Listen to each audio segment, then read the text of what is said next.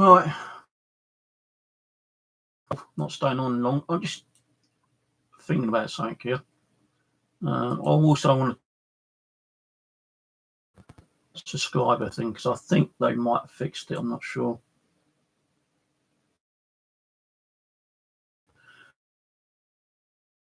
Apparently, I'm not the only one who's having the same problem. I'm just wondering if you guys want me to carry on doing my coffee chat streams, because I've got nothing to talk about anyway. I'm just like blabbing, and I don't want to be wasting your time. So, I'm just wondering if to continue doing the coffee time chats. It helps me, to stop, in one way getting bored and fed up, but I'm just talking crap half the time, aren't I, to be honest with you? And I don't think a lot of you would probably want to sit here listening and watching that other crap. So I'm either thinking of ending the coffee time chats or trying to pick it up a little bit by doing a coffee time chat with interesting facts about the paranormal. Doing some research on like murder case files and stuff like that. Like we used to do the unsolved murder mystery case files, but I'd probably have to do it on my own because I ain't got no one else to do it anyway, to be honest with you. But I was wondering if to do like my coffee chat and talking about like certain case files, unless you just want to, listen to me blab on bullshit. It's up to you. I'm just in two minds if to stop doing the actual coffee time chat and just do the odd, paranormal stream when I feel like it, or continue doing a coffee chat and talk bullshit, or try to do a coffee time chat but talk about, case files. But doing case files can be a bit difficult because, like, it means like researching a lot of details about a certain case, and without anyone helping, it is going to be a very long, tiresome kind of thing to do on my own. When I had other people on my stream, it was a lot easier because I had like several people helping out on the old case files. But with me, on my own, to do that, it's going to be a lot more harder and difficult for me to do. And I don't really want to be, doing coffee time chat, just, blabbing that bullshit. So I want to try, if I continue doing my coffee time chat, I want to try to like ramp it up a little bit by doing, these unsolved murder case files or whatever. But if you want me to carry on talking bullshit, then, that's up to you. I could probably mix and match them, maybe, talk a bit about anything on one day and then the next coffee time chat, do a case file or something.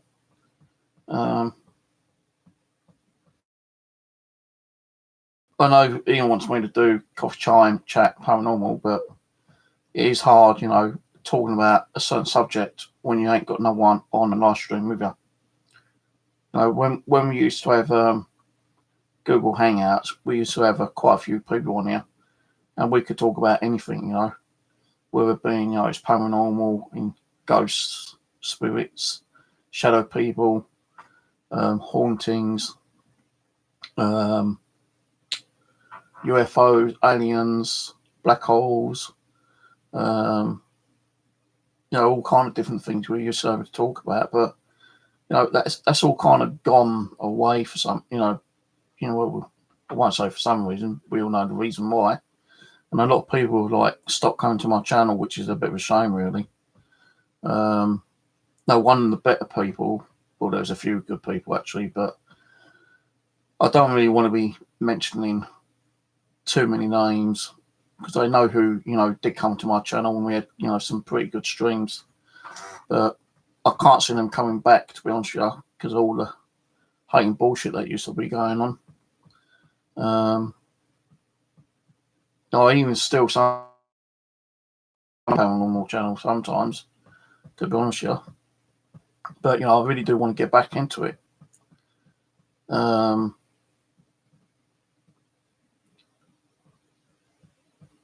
It's just my brain's telling me to do it, and then the next minute it's saying not do it. So I don't know what to do.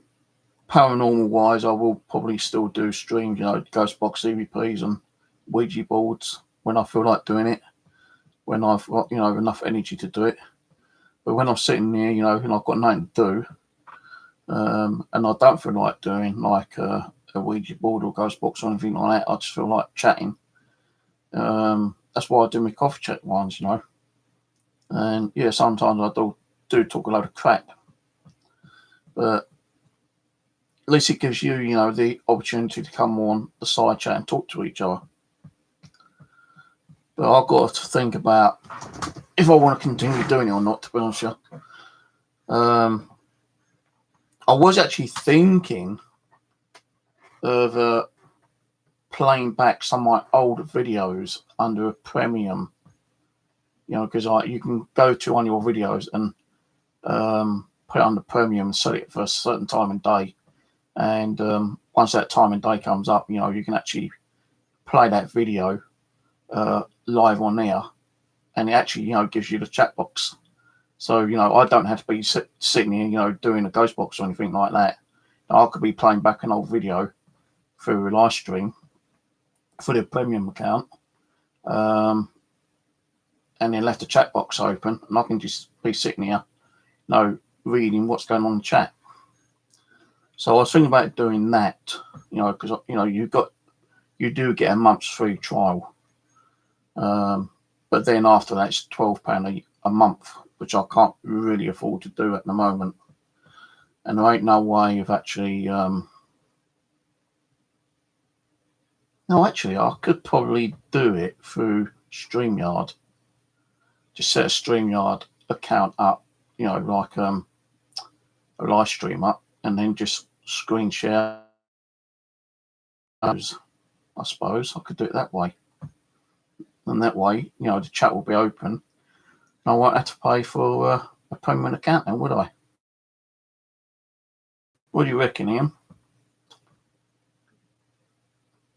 Play some of those from way back, 2012, 2014 onwards, through a live stream through StreamYard.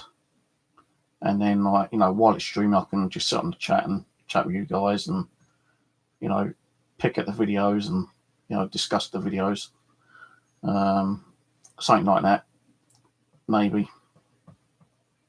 I don't know. I'd have to think about it, because it's like sometimes I want to do things and the next minute I don't want to do it, kind of thing. Like I do enjoy doing the coffee chat ones, but I just talk crap most of the time. And I expect that people who are going to come on and watch this video later going, oh yeah, you definitely talk crap, Steve. But, some people don't even listen to what I'm talking about anyway. They're okay sitting there on the side chat having a conversation with the other people on there, kind of thing.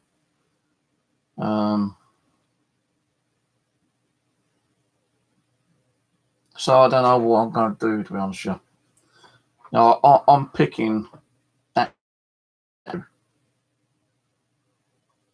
No, when it gets warmer and longer daytimes, I will definitely be going out and doing some more outside cemetery work, and then I can upload those for you to watch.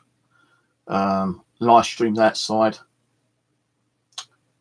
The only possible I could file, and the problem with doing that through my mobile is the data.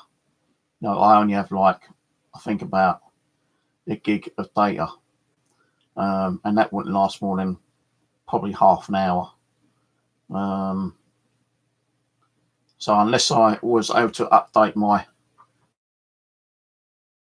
10 gig, that would cost me probably another £10 per month anyway. You know, if I had the funding, I'd do that, and I'd do a premium as well. But I just don't have the funds. You know, as it is, I ain't got no fucking money for the next 2 weeks, and I've barely got anything. You know, any money left for my food this week. So looks like I might have to ring up my mum, see if she can help me out, or go around the old job centre and see they've got one of those food bank things I can go around and get, which I really hate doing, but this month it's been so hard. You know, it's been so hard this month. You know, even though one of my debts have been finished, I thought that would have helped me out a little bit, but it hasn't. So, you know, thinking about having premium accounts and, like, you know, doing this and doing that, you know, I ain't going to be able to do that until, you know, I know I've got the money behind me to do it, really. It is bloody hard. It'll be hard for me to do some of these things anyway. Like I say, you know, I can't really be doing like a lot of researching and, you know, investigating and doing that kind of stuff on my own. You know, it used to be really good when we had, you know, several people on a hangout talking. And I would like to do those again, actually, but it wouldn't be under, like, you know, the proper normal paranormal. It could probably do it under the normal paranormal if I'm not doing a ghost box or EVP or something, but I would have liked to have done something, you know, with my coffee time chat ones as well. So just talking bullshit rubbish all the time. So, yeah, I'm just kind of like, contemplating, thinking what to do. You know, is it worth me continue doing the coffee chat one and, like, you know, just do the, you know, odd paranormal live stream, you know, time to time? Or do you really want me to stay on and do a coffee chat one and just talk bullshit? Because when I am talking bullshit, as I say, the chat's open, you can, you know, just sit there talking to each other. You know, I have seen a lot of paranormal channels go down, but I'm seeing more paranormal channels coming up as well.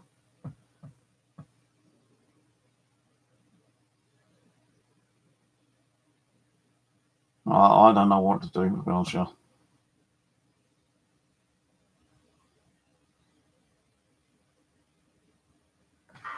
Hello, Ghost with Shill.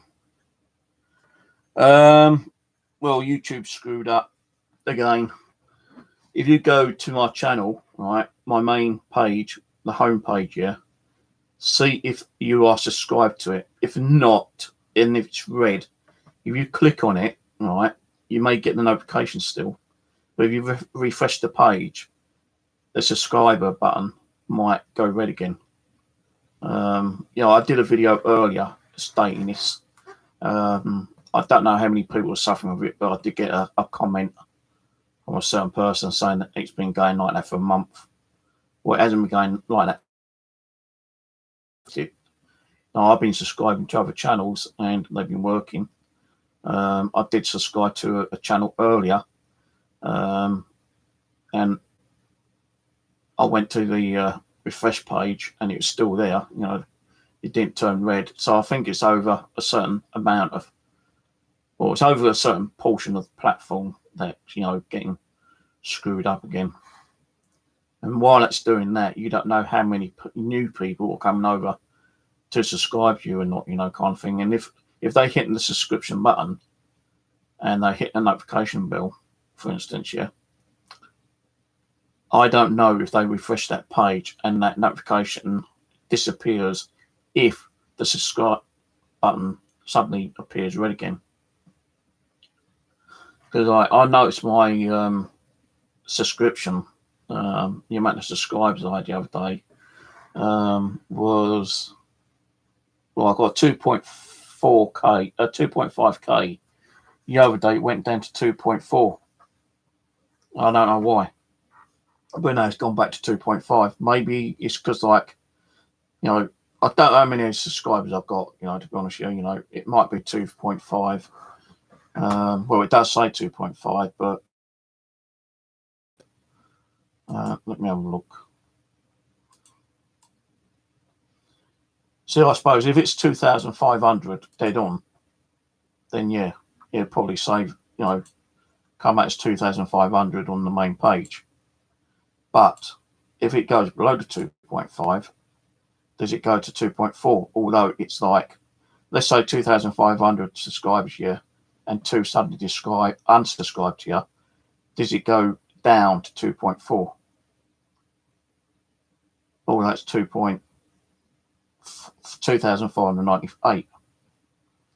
Oh, I don't know. Oh, yeah.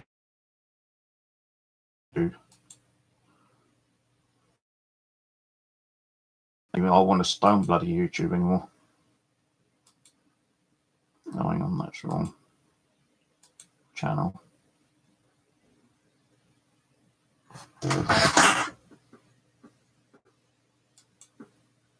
Yeah.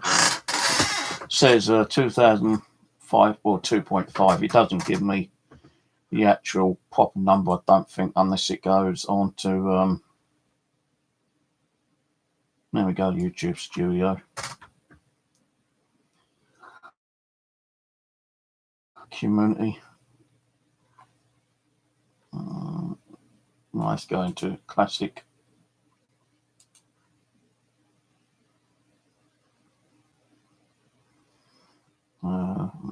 Community. Oh, what was that?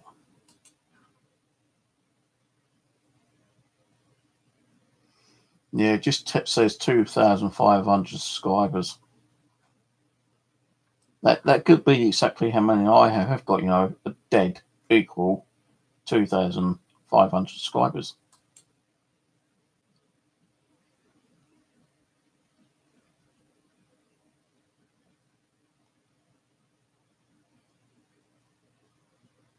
No, if you, like the thing is, like subscribing, a lot of subscribers have actually not been working. How many times have you heard me and other people say, like, in the past, the subscription is not working for people. It's not going through YouTube. I could have like 100 new subscribers a day, and it might not be registered, ever, because YouTube is going through so many different bloody things at the moment. I've got a message through Astyanics Will saying that YouTube screwed up and going through again. What's causing the screw up with the subscribers and the subscription button again.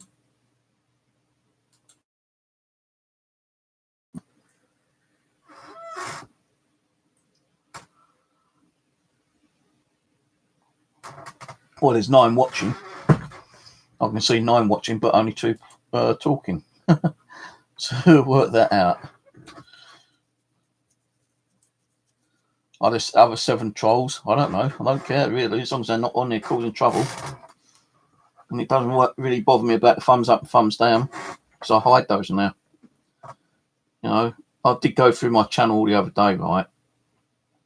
Actually, I went through it yesterday, Saturday, trying to find out where the thumbs up and thumbs down come to. Now, a while back, you was able to give YouTube was able to give you for the settings a rough idea where all the thumbs were coming down, and it used to show what part of the world it used to be. But no, it doesn't. I can't see.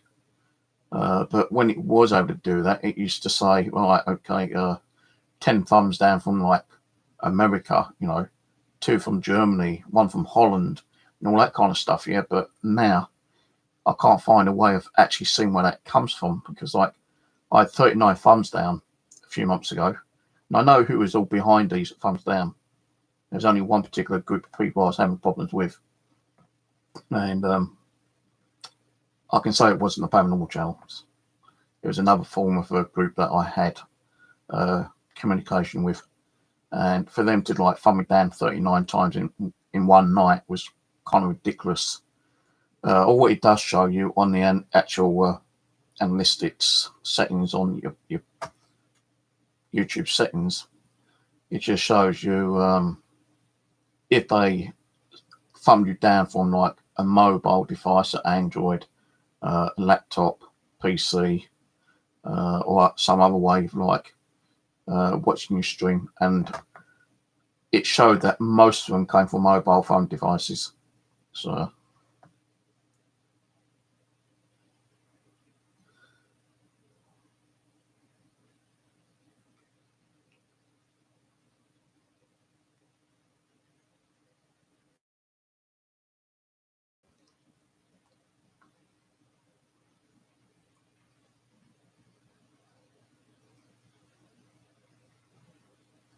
yeah, so like that's YouTube has done a lot of changing around, kind of thing. They've taken features off, made it a lot more hard, thumbs up, kind of thing. But as I say, thumbs up and down don't really bother me. Every thumbs that comes down, that person's got to come in to your channel. So there's more viewing, is more important than anything else. Views and subscribers, that's the more important thing you've got to concentrate about with. I've been trying to keep peace with people as well. Since I'm blocked on other channels, as I'm blocked a little while ago, for some reason. But I'm not going to worry about that.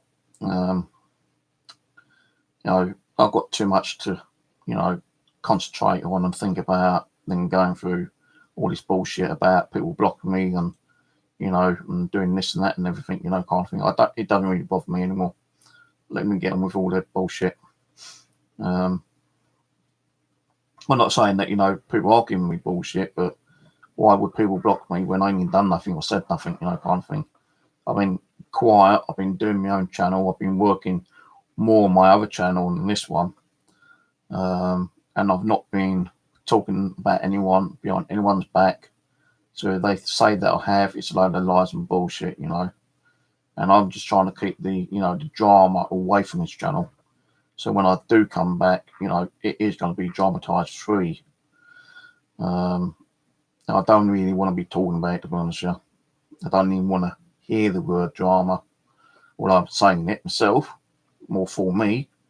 But, if I do come back, and start the channel up and try to get it back to where it is, I don't want all that crap coming back on you.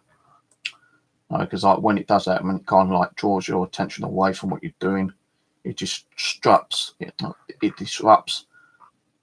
what you're doing. It disrupts the channel. It disrupts the actual people talking in the side chat. It pisses everyone off, and then you get so fed up and peed off with it. You tend to say, "Fuck it," I'm done tonight. I'm closing the stream down, and that's what happened, kind of thing. But what I plan to do is that if I don't continue with my coffee time chat ones, I'll try to replace it. It's like a DVR overnight kind of thing, But that won't happen until the new year when I've got the living room sorted out. Because the living room is a bit of a mess at the moment. It does need a very good sorting out. And, with disabilities I got, some people just say like, "Oh, you're just fucking lazy." Well, no, I'm not lazy. It's just that I can't concentrate. When you're going through the stress and anxiety and depression that, many people do go through, it does affect the abilities of you trying to like concentrate and, get yourself together and do something. Don't say it ain't that, because it is. Because when you're going through mental health situations, it does like draw you down, and it does make you want to be kind of lazy, I suppose.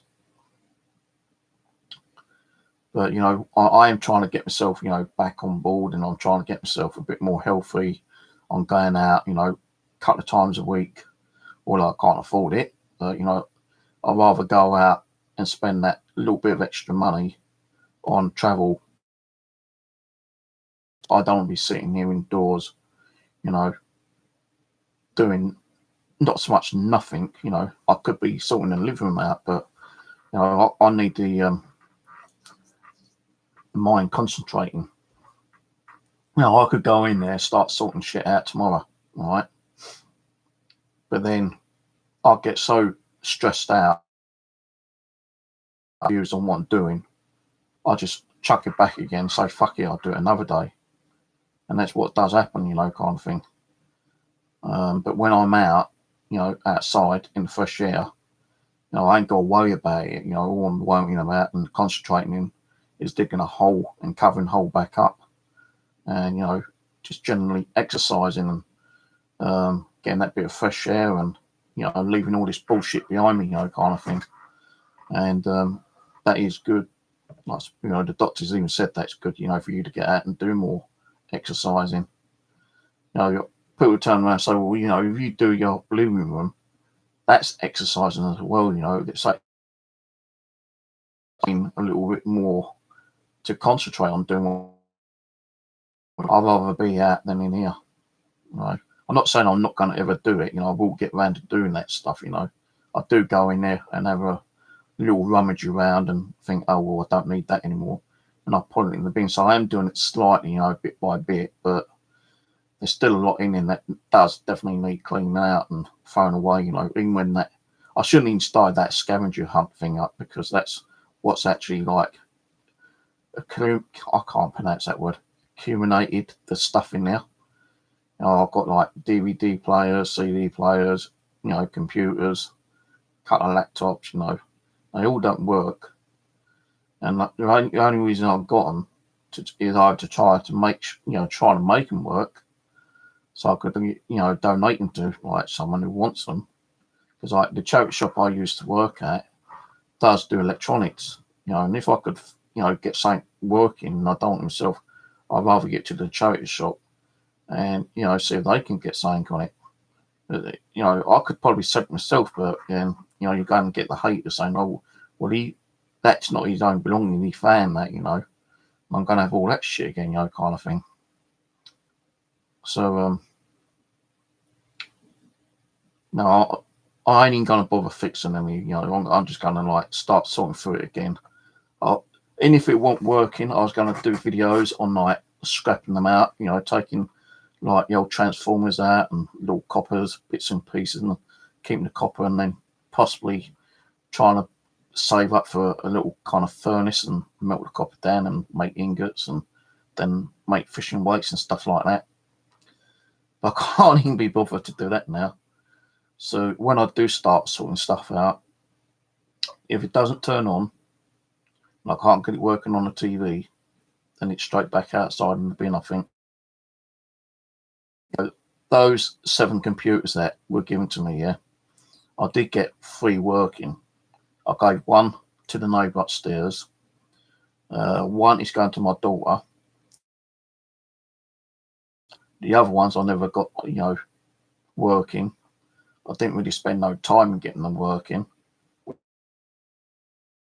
You know, I just can't be asked around like, you know, keep looking for components and like, you know, one computer could like have all its insides in, but no CD-ROM or no hard drive, and the other one might have a hard drive in, but no CPU and memory in it. You know, so it's like just swapping around, and that takes a lot of bloody time. You know, because you don't know if those parts are going to be like compatible or not. You know, kind of thing.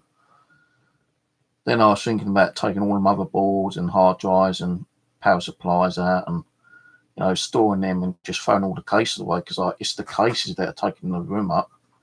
You know, I could like strip the motherboards or you know see if the actual guy around the corner, the scrap dealer, would have them off me.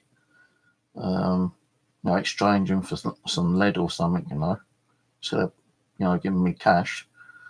But I don't think he does that kind of stuff. He's not that kind of person who does that kind of like collection.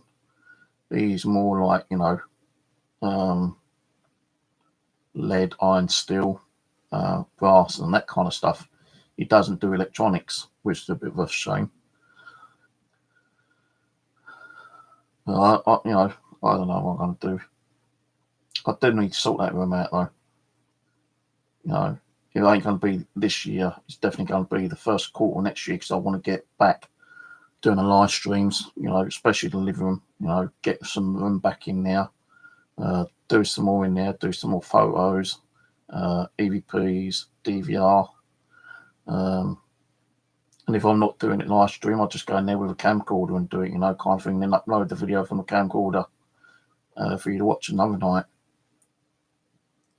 Because someone said to me, even if you don't want to stream, all right, why don't you just do it offline and then upload it, which I can do. I can do a stream now if I wanted to, whatever, and then when I feel like releasing it as public, I can do that. Why don't you go out at night time? Well, the thing is, there ain't no cemeteries open around here at night time.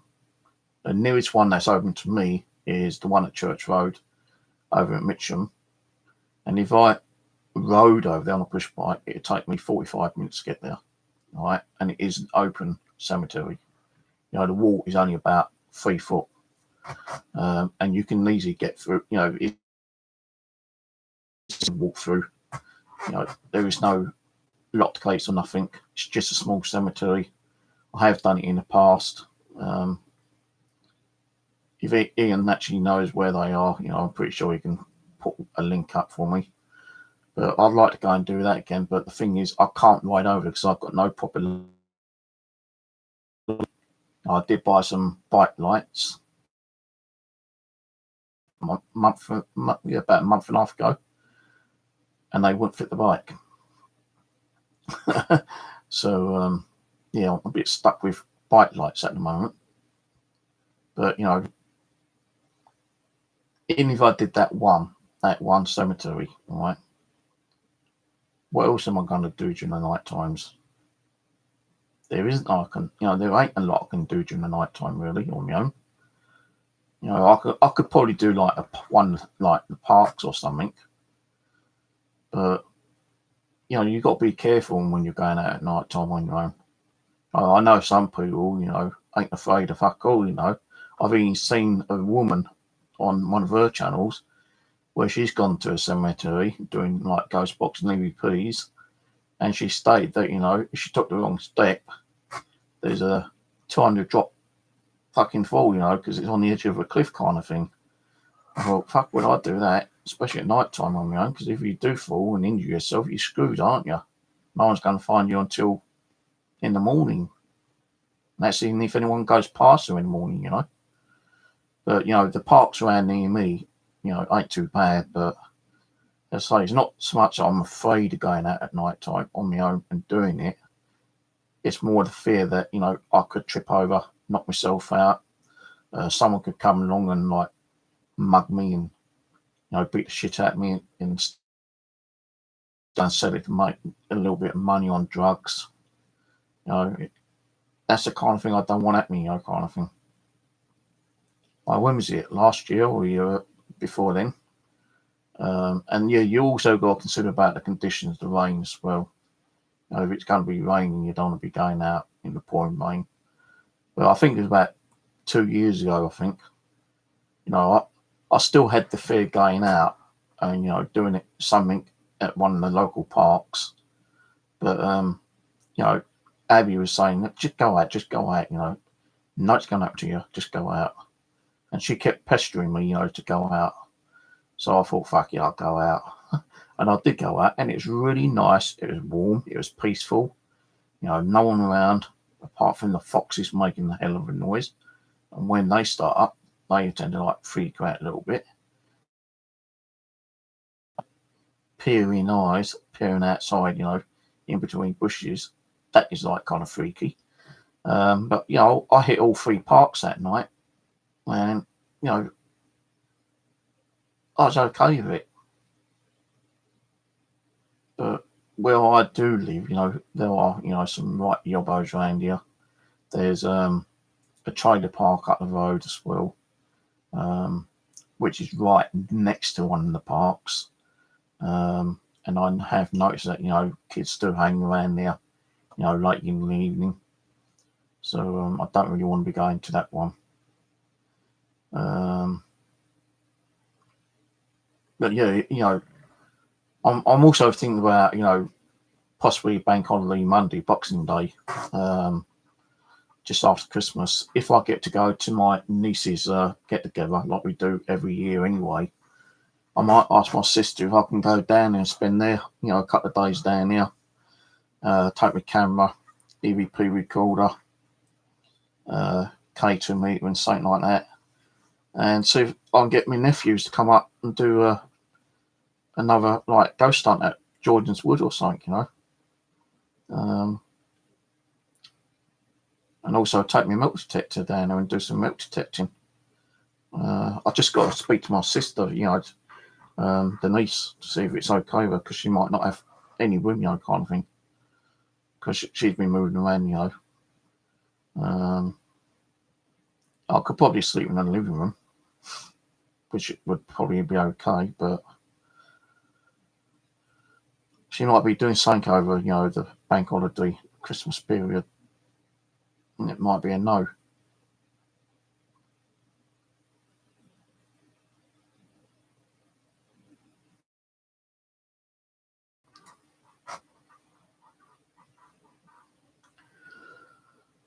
Oh dear. Oh, don't forget, guys. Oh shit. If you want to super chat me, you can actually do some really, pardon me, good and super stickers now. So if anyone wants to super sticker me, you can go all the way up to £50, I think it is. Hello, Lynn.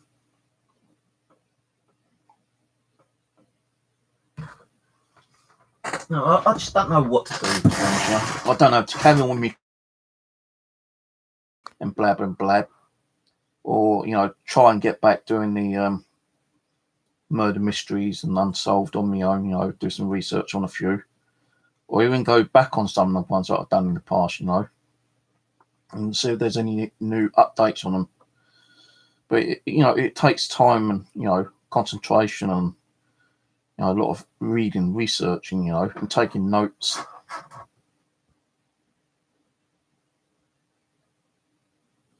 No worries. I'm not saying do it. I'm just saying if you want to do it, And don't forget, with Super Chat though, they take 30% away.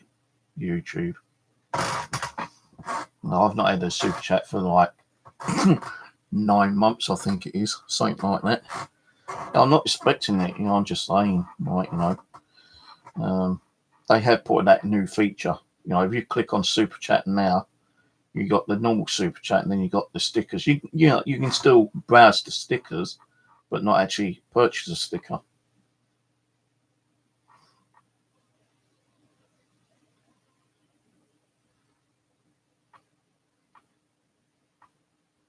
Now, I might even do some streams if I find anything unusual, like such as like these Roman nails. This is supposed to be like a Roman nail, right?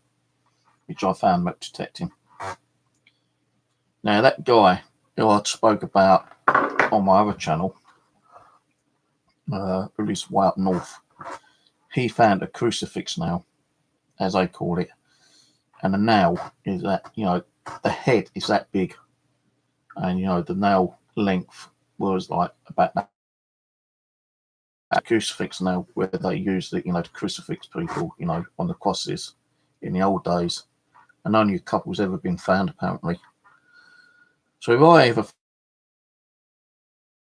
a little experiment with K2 meter, but to be honest with you, that I believe was used to nail some wood together on a horse barn. It's not going to set off. I've already tried it, but I'd love to find something, and I'll put a K2 meter on it, and it just obliterates it. Goes crazy, man.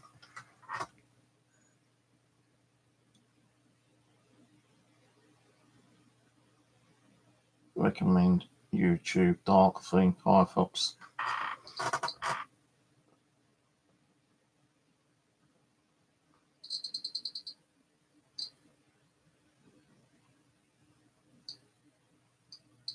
Why is that going off? Hello? I was holding that. Hello? That's weird. I was just putting the nail down and the K2 meter started going off. And I'm holding that both sides. No, he was shaking off like that. That was weird. Anyone around? Set the K2 meter off again.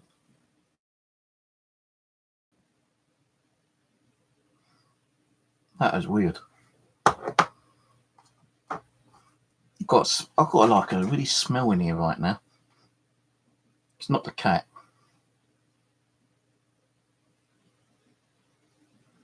It's like a damp smell right now.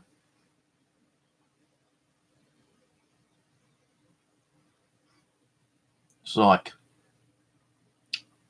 I'm trying to think what smell it is. It is like a damp smell, but I can't think what kind of damp smell it is.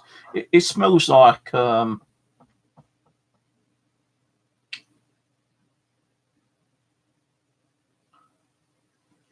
what's that? Fungus. That damp fungusy kind of smell, you know, like rotten, gone off mushrooms, that kind of thing.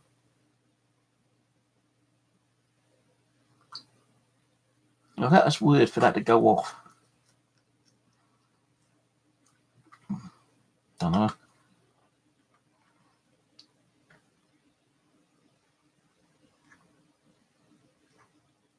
Yeah, I might start doing that instead. Like, you know, doing my normal bullshit coffee time break, Uric. That might be an idea. You know, just find something like that, like this, for instance. Yeah, still don't know what it is. I thought it might be a brooch or something from the medieval times, because like the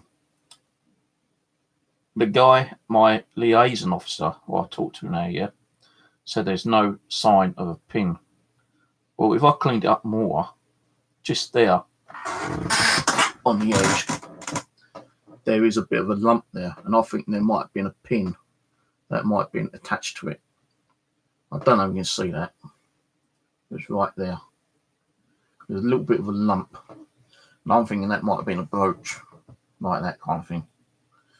But he said, you know, unless there is visible traces that there was a pin there, then, you know, it could just be anything. But there's definitely like a bulge there, a little mini bulge there. I'm going to try to clean this up a bit more, because since I've had it, I've not really cleaned it. You know, even with the nail, I don't really bother cleaning the nails up.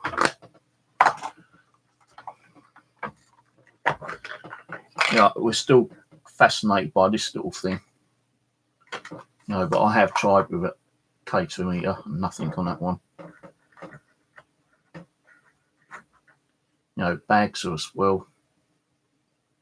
You know, lead bags still. No. Military badge. The Queen's Regiment military badge.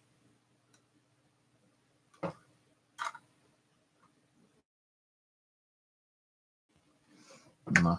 Like you said, I think what I'll have to do is sit down one day, one night, get the camera on the actual table behind me, and do some EVP work, I suppose, on some of the finds I find.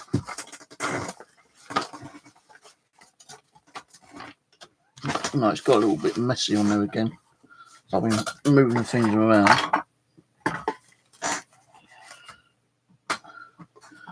I still never found my planchette that I made.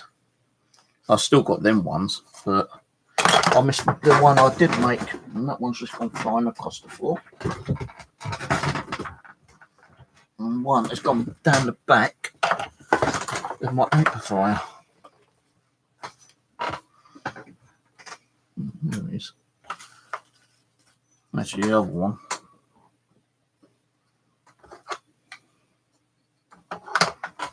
So where's the other one gone? There should be three. Did one still fall down the back?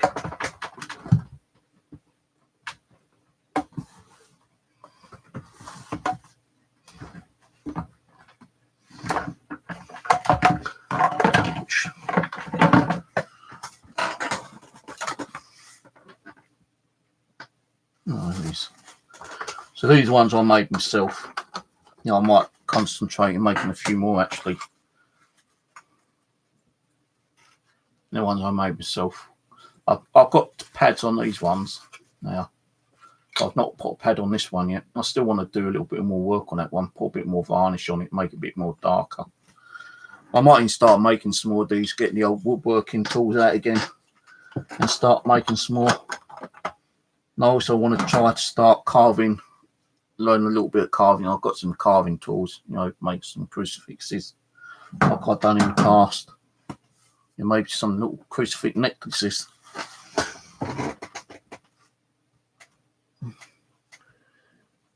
And if and when I can afford it, do some little giveaways on some of the stuff I make, like I used to one time. Remember these little bracelets I used to make and gave away online to my viewers? I'll tell you one thing I need to do though, is make myself some more EM pumps. So I've only got two. I need to make some more so I can flood the rooms with a lot more EMF energy. You know, I have the parts to do it. It's just like sitting there and looking for it all, and you know, getting all soldering iron out, the solder, looking for the boxes, the switches. I know where the little motors are. They're in here.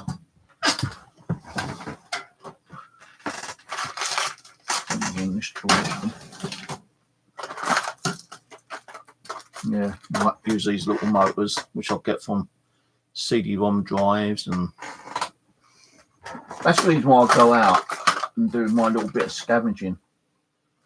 So if I find a broken PC and I don't want to bring the whole thing out, if I've got my screwdriver, I take the CD-ROMs out and anything like, you know, like the RAM and the hard drive. If it's an old motherboard, then I don't bother, I just leave that there. But with CD-ROM drives, that's where I get these from. It saves me buying them. And that's what I use to make my EM pumps with.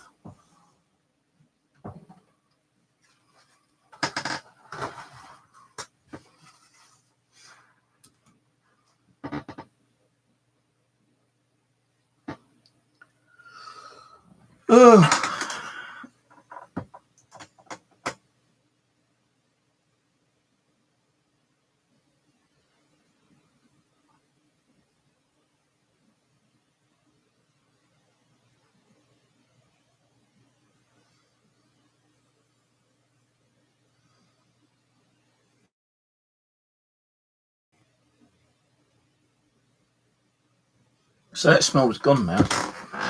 Weird, it's just there for about a minute and then it's gone again.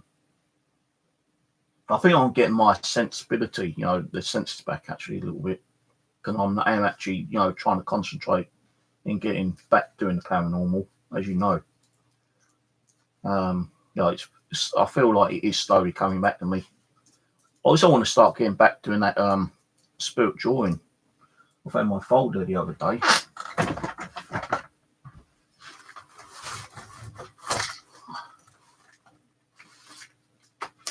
This little one. Yeah. Let's go through. I'll tell you what. Let's go through the spirit drawings, shall we? Now, I'm not going to start doing EVPs and ghost boxes, but let's go through the drawings I used to do.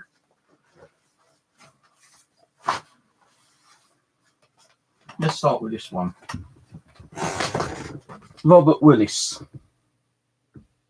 Sorry, Robert Willis or Robert Wilson. He was Romanian.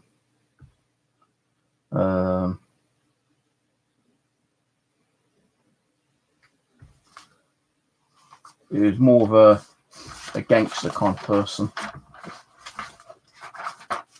There's that one. And that's when my drawings were really shit, weren't they? Sorry, because you guys helped me to go on to what's the name? Oh, I'll get the darker stuff out towards the end. The demonic ones. Who's this one? Jeanette Roberts, 27.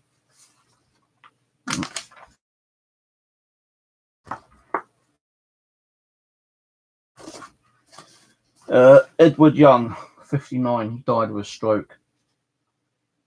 22nd of 6th, 15. That's when I drew these, like 3 years ago.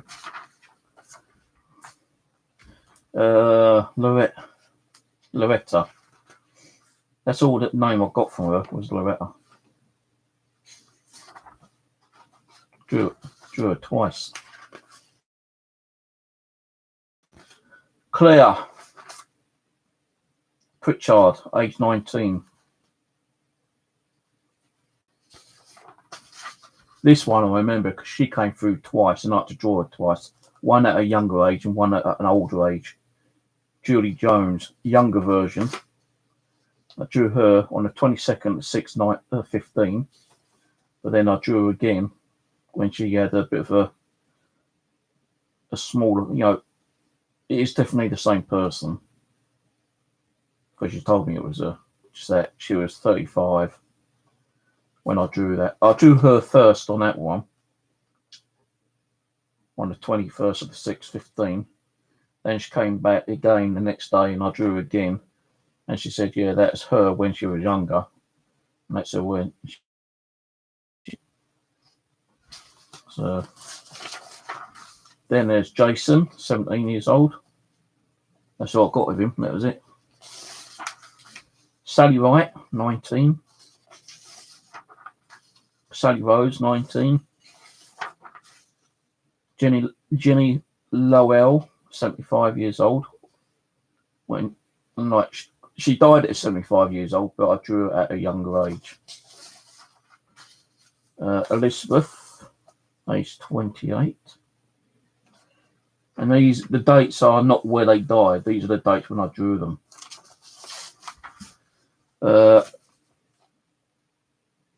Helen Willis, age 22. Never got the name for that one. She would never give me the name for her. Talkative, but never gave me her name. Lisa, 22. This one in the 40s, half Asian, mixed race. She wouldn't give me her name either. Robert Young.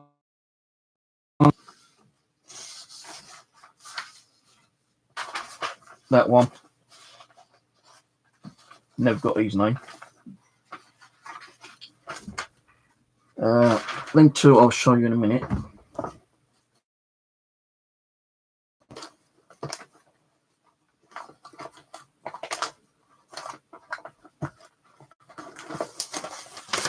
Right, let me just put those ones back. Oh, I really want to start getting back to doing spirit drawing as well.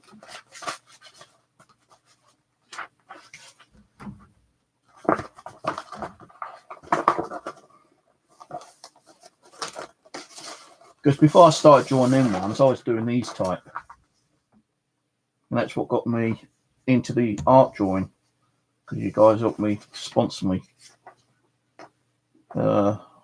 Asian female, Thai Filipino, 20s, Harry, Eric, Eberly, or whatever his name is. Male 35 years old, soldier, Second World War. That one was just kind of creepy. Alison. Leonard, possibly Leonard, who was the boy who died over Mitcham Common in the early 1900s. And Charlotte. These are the spirit people that were here. Jefferson.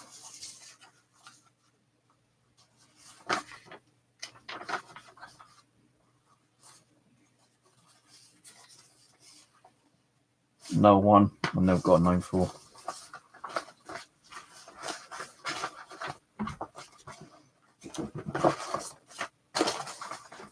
Fucking face is burning up and itching. Alright, next lot.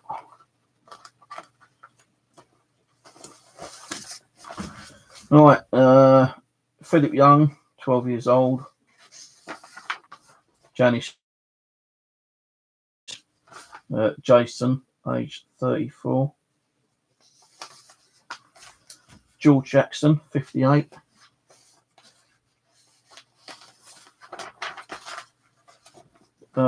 Charles Charleston, 50 to 55 years old.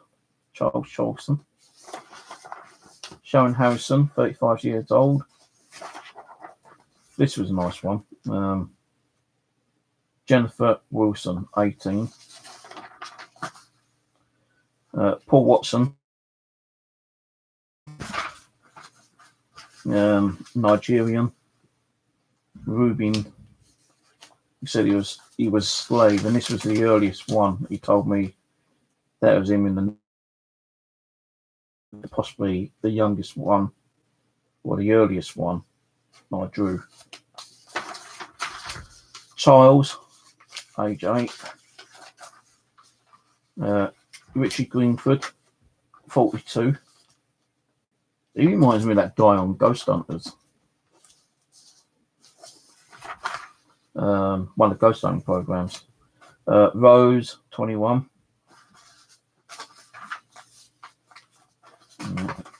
Oh, fall me down.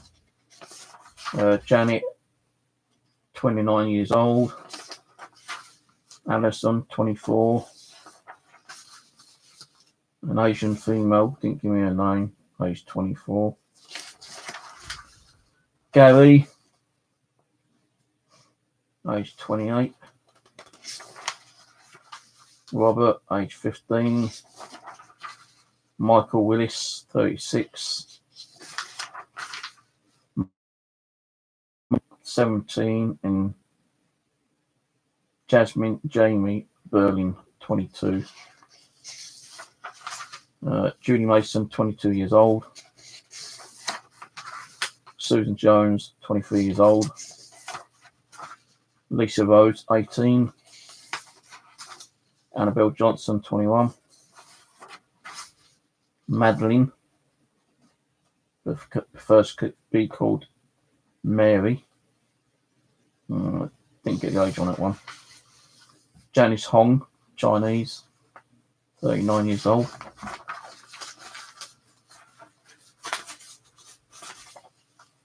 Some of the earlier ones, again, before I started doing art drawing.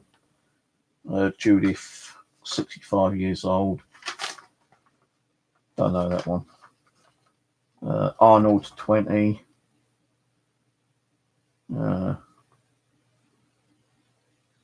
Jocelyn, 26. Asian female, 20.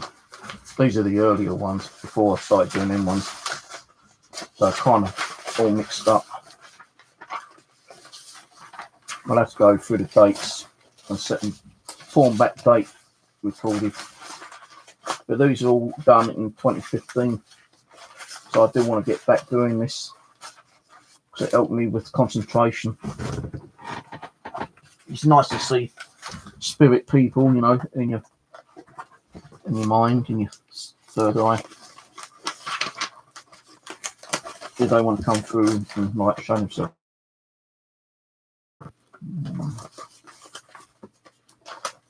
Still got a few more. Some more earlier ones. Sylvia Ann, Robert James, she's 52, 54. Patrick Wilson, 47. Mr. Craig Albert Robertson, 37. These are the very early ones. Grady Williams, 20. Roger Clark, 25. Charles Watson, 7 years old.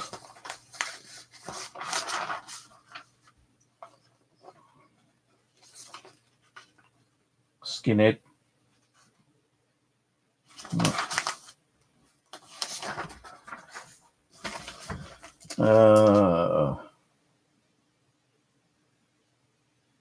Madeline Thomas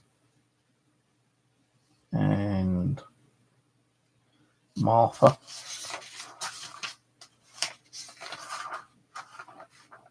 Chris.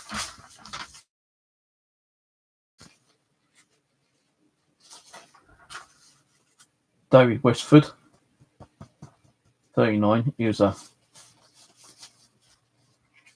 admitted that he'd done several killings.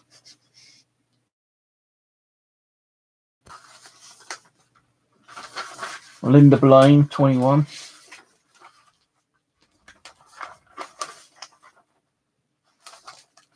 Back to some more earlier ones. Martin Shaw, 14. Jennifer White, 17. Danny Jameson, Mr. Jameson. He was a right fucker, he was. Didn't like him. Jessica. Oh, here's one that's tried showing me an early stage one, like some kind of like night soldier kind of thing. So it might even be earlier than the other one. Helena, Eric.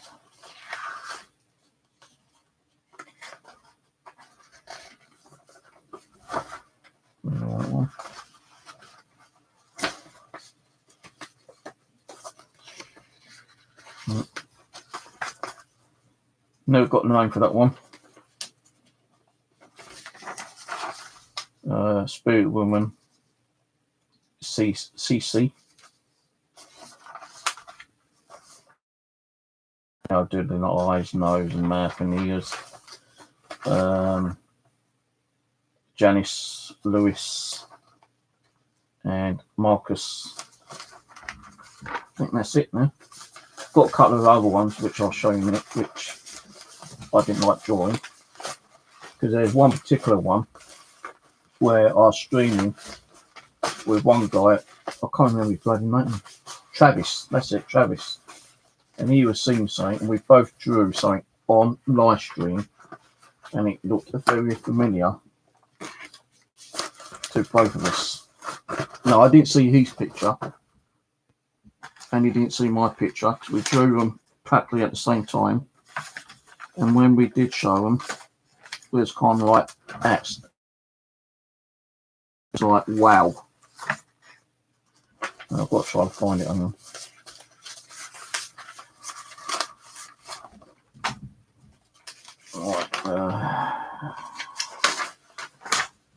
Right, with this one here, this is what actually started me off, guys. To be honest with you, this is what started me off.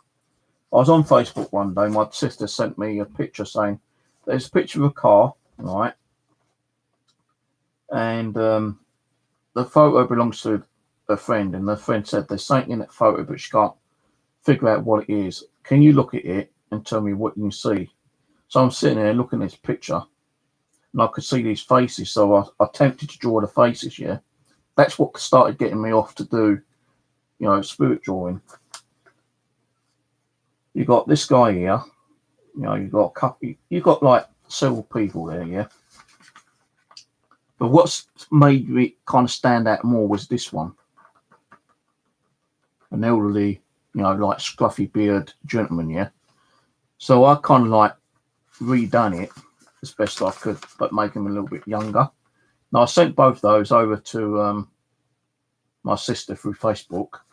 She sent them to a friend who sent her the picture for me to look at, and she swears black and blue that that is a splitting image of her uncle the day before he died. And I thought, whoa, you're you know, come on, don't pull my leg. She goes, no.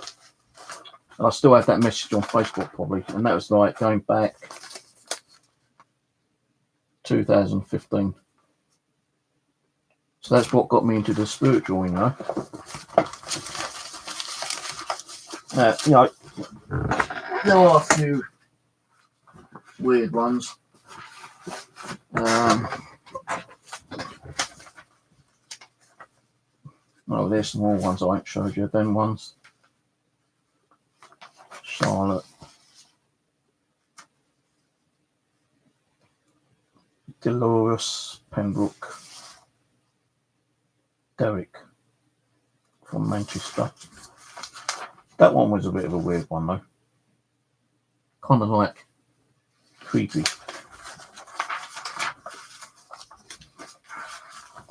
That one.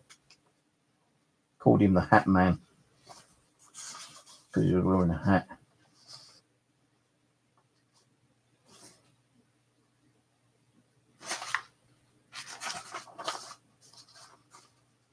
James Watson, Chris, Rebecca.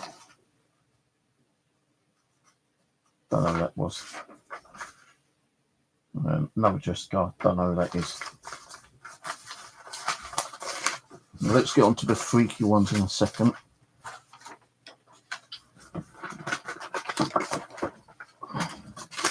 Now, when I was doing the live stream, I was getting like a few different like spirit people. This one, I think, was like a Confederate soldier, and I drew him on live stream, yeah. And I think that might have been his like fiance. I can't remember. And I got this weird looking like face, and I got like this child mucking around, you know, like as if he was tripping over on himself all the time. Then I got this one, which seemed like an okay character, but then all of a sudden I sensed like something dark around me, and you know I had to draw it, and that's what I was seeing, like this kind of like hooded face, this kind of like spirit person, and that really freaked me out. So there's that one. Then there was a day when I think Ian might remember this one, when we was talking about, you know, the Great Fire of London, when they used to walk around, and I drew this, and it's like a cart, and it had dead on it, yeah, and there used to be people walking around shouting out, "Bring out your dead, bring out your dead." Now, later I realised it wasn't the Great Fire, it was the plague, the London plague, and they was like taking all the bodies from the plague to actually burn them. So that was kind of a freaky one.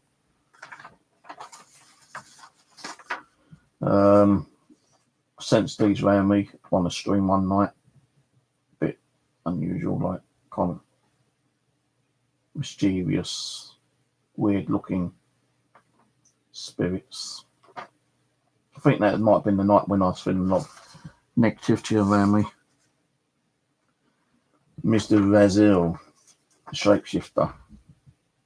He would show himself more like that, but he could shapeshift into blobs and different kind of shapes and shadowy creatures and weird kind of things. I remember that one. That was on a live stream as well, I believe. Another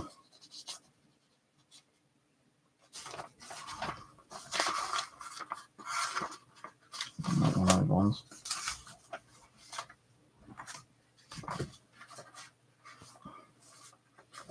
Another weird one that I sensed one night around there.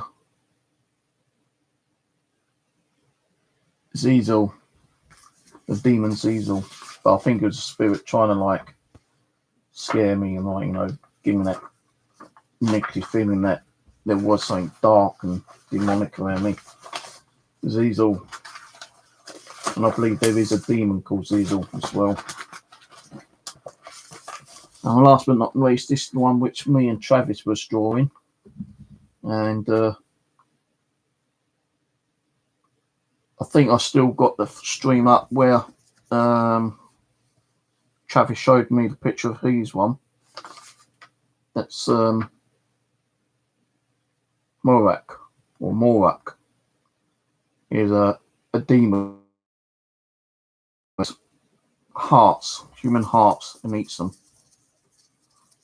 And that's what he feasts on all the time. And what I'm sensing, that he doesn't physically take the heart from you. He gives you the heart, you know, he murders you by giving you a heart attack.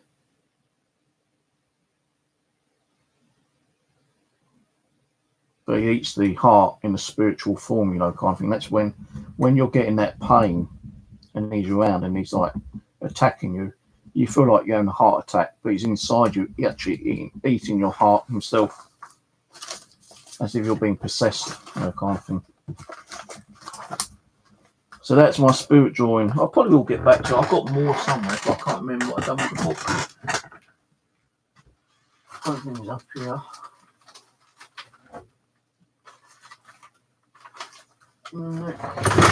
Shit. Somewhere. I think it might be over here. Let me have a quick look. I ain't going to start pulling crap out everywhere, but if it's not in here, it's not in here.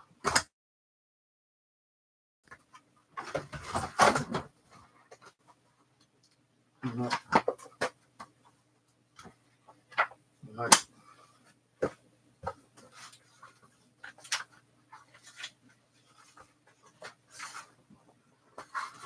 Actually, I think this was it, and all the paper fell out, so I put it all in the folder.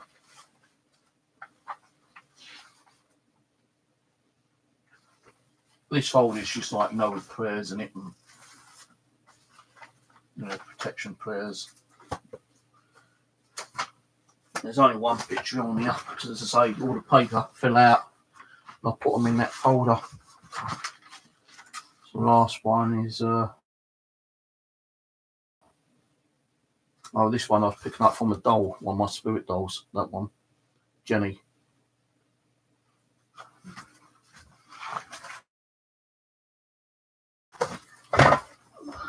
Oh, actually, hang on.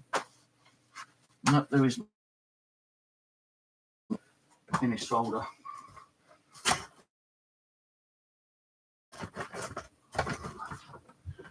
There's more, but they ain't got names on them. Them two there. Oh, I've done a picture of Albert one night when he was live streaming. This ain't the spirit, this is Albert. The proper Albert. And he actually screenshotted it and used it as a thumbnail for some time. This one is like an image of a certain person who used to be a very good friend, and she was saying that she had the feeling that she was being surrounded by things were surrounding her in her bed. And this was all picking up on a stream one night.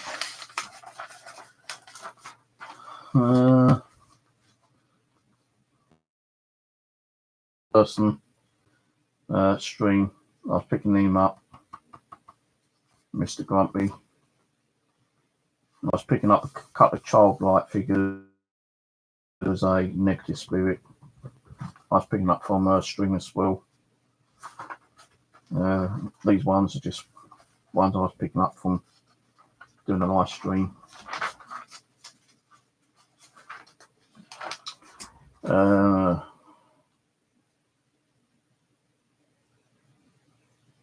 This one, it says Alberto 1945, also from someone's stream. And I was picking up this Asian lady as well. Couldn't think what her name was, but I was getting both these from a certain stream.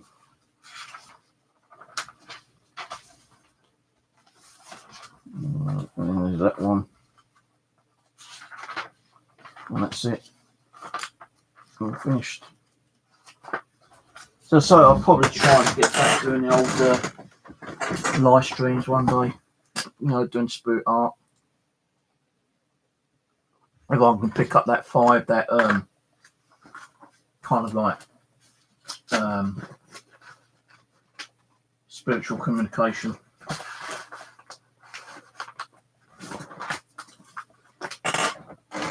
That understanding, the love and affection to the spirits, and trying to get them to gain my trust, so I can start drawing them again. Look at this hair. Look, that's your hair. I mean, I'll just go into the loo.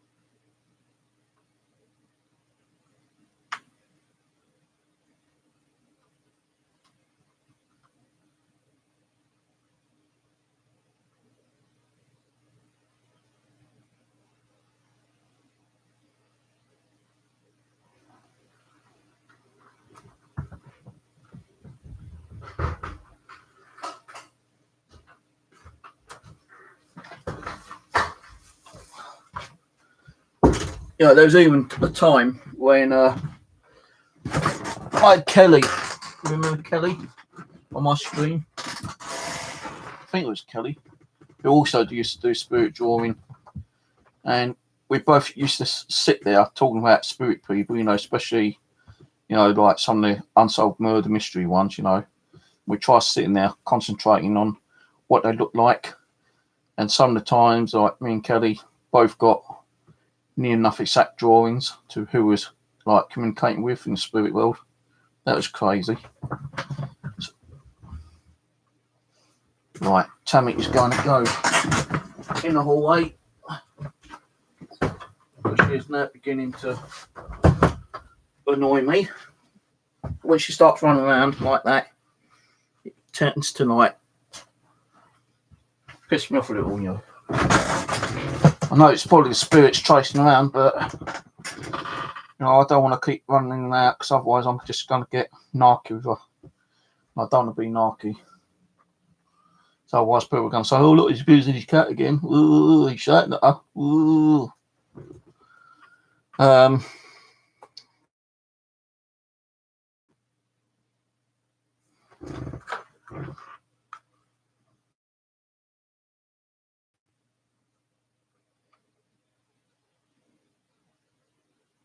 If anyone's around, come and touch this K2 meter for me. Light up for me. Come on.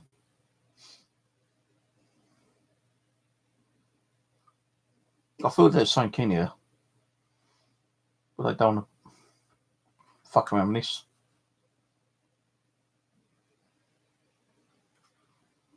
Anyway, I'm going to go soon because I'm up at about 6:30.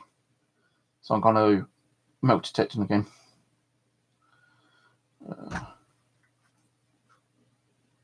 My jaw just fucking... And it wasn't the cat because she's in the hallway at the back.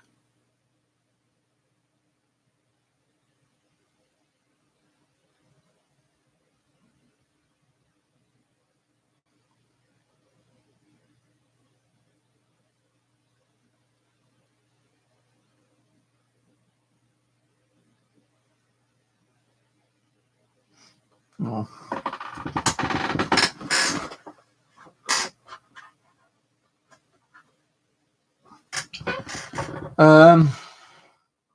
What I was talking about now. Oh yeah, I said to Kelly, what she wants to do is do a book. She's written a few books on, ghosts and spirit world and stuff like that. I said, why don't you do a book on spirit people? No, I'd love to do something like that, but I wouldn't know how to go around doing it, and how to get it published. If anyone would even kind of like read the book. I did start a book off. It's more like a biography on how I started getting into the paranormal. I only got further than 8 pages and I stopped doing it. When I asked the spirits on the spirit board, Ouija board, how long it would take me to do it, I actually said 20 years because I keep stopping and not, I keep thinking about starting up again. I've got it on, Word document. I know a lot of the stuff that I've gone through, but every sentences and stop and forget about it again, kind of thing.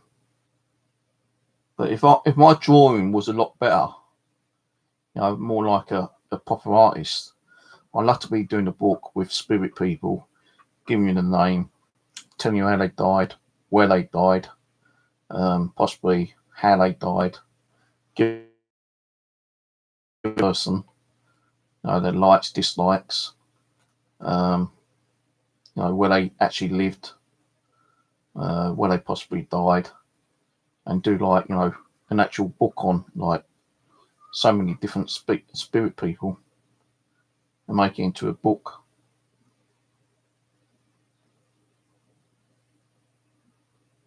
I'd love to do that. I don't think I've got it in me to do it though.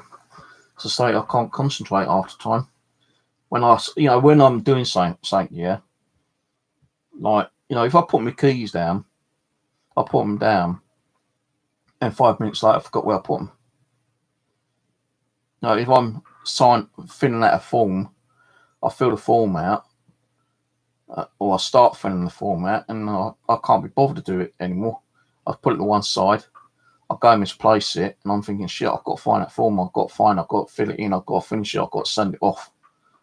And I can never remember I put the damn thing, So I have to like ring them up to send me another form.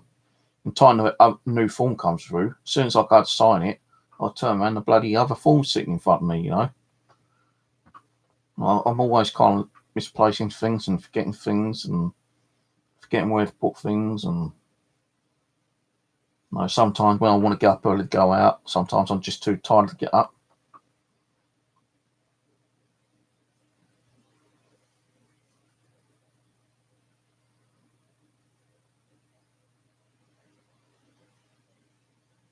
See, I was going to do something I'll be able to, because if I'm going out all day today, I'm going metal detecting, I'll say, to my permission, take my decent working metal detector this time, because the other day when I went, it just wasn't working. The reason why it wasn't working properly, because I realised towards the end, when I was giving up, because I wasn't finding nothing, I had my sensitivity turned all the way down. So I wasn't actually getting anything. All I was getting was bits of iron. When I decided, oh crap, I need to turn the sensitivity up, that's where I'm going to start getting hits. I started getting more fucking iron than anything else. And I thought, nah, and I was digging even more bigger holes than I should do. So that instantly melt detector was a bit of a pain the other day. So I've taken it out of my bag and I put my bounty up. I got there today because it's supposed to be dry but a little bit cloudy.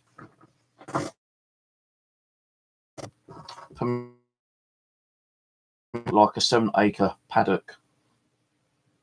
Now I said, Ron, look, if it's raining I won't turn up, mate, but if it's okay, if we get a dry day, I'll probably pop up. He said, yeah, that's okay, come up anytime you want. All you got to do is let yourself in. And there's a part I can actually get in without having to have a key to get into the gate. Let's have a check on weather, make sure it's still going to be dry. Yeah. Check in the location though first. Yeah. And I'll probably be meeting up with Alan again Thursday or Friday. We're going to go back to the place we went to the other day because we both found some old coins there. I found a silver 40% sixpence there. So we hope to be going back there.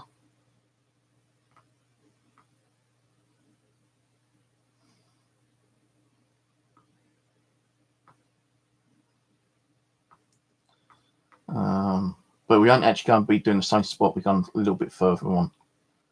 I can't tell you where we go because I used to go. People used to come on my other channel and say, well, I'm going to come and visit you, Steve. I'm going to, rob you. Or I'm going to report you because you ain't supposed to be metal detecting now. Well, you don't know where I can metal detect, I'm not even doing around my local area because, now I've got my permission. It's only one bus ride up there. All that takes an hour and 20 minutes to get there and 20 minutes back. I'm finding more better stuff up there than I do around this area, to be honest with you, because it's like open field. I'm trying to get more permissions. I've given out my little hobby card and the information of the detecting forms to several people, hoping that I'll get some responses of them, but nothing yet. I did speak to a guy called Danny, I think it was. Well, I asked him, he goes, we can't do it here, mate, because this is like council land. It's just like we rent it. So, damn, he goes, but I do have like 20 acres up the road there. I said, oh, mate, if you can let me detect there, I'll be very grateful. I'll be in your debt, kind of thing, responsible, always covering my holes up. I've only got one permission in this area, and I'd love to get another one. I said, well, let me think it over, and I'll get back to you. And that was on Thursday, I think it was. So I'm still waiting on reply on that one. I've got to go back that area because there's another landowner who's got like a couple of hectares of land, I think he said. So I want to go over there and see if I can get permission on that one. So I want to get a couple more permissions for next year, because I don't think the one that I've got, 7 acres, will last me, too long. Even if I'm doing it like, slowly, I could still take my time and keep going over the same part of grain, 2 or 3 times, and like spend a couple of months on it. I've already been up there in the month about 5 times. So and I have actually gone over the same spot twice. But I've been watching a lot of people on YouTube channel, like that Clegg guy. He's hammered these fields constantly, but he's gone back with a different detector and found even more kind of stuff, So there's always something that you can dig up, even if you think it's over and done with. Give it a few weeks, a couple of months, even a year. You go back there, and you're going to start finding more stuff. So I did say to my landowner, "Do you plough your land?" He goes, "No, I don't need to. I don't grow nothing. I just let the grass grow and let the horses eat it."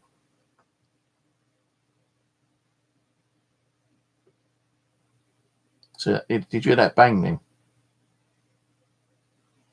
I went upstairs. That's outside in the hallway, and the cat is not anywhere in sight. I think she's in a little bed basket thing.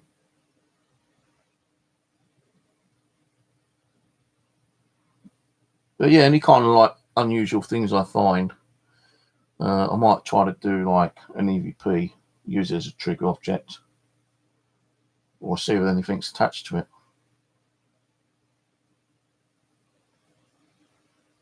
I was watching Bo Akuchiga video today, his newest one, where he's gone into this like creepy old house, and he's like looking around, and he's named it the Hanging Doll, and he didn't see it until he was coming back out, a little doll hanging on a string from the ceiling.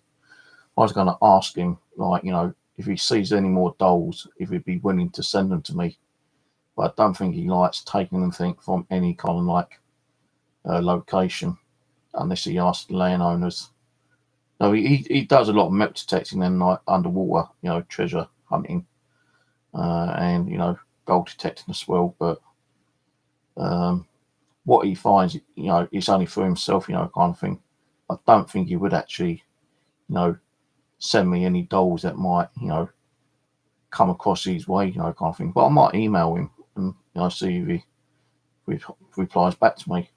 So all he's got to do is keep him when he comes back over to the United Kingdom, because he has been here a few times, on metal detecting collabs, meetups. All he's got to do is bring him over and ship him over this way, because it'd be cheaper for him then.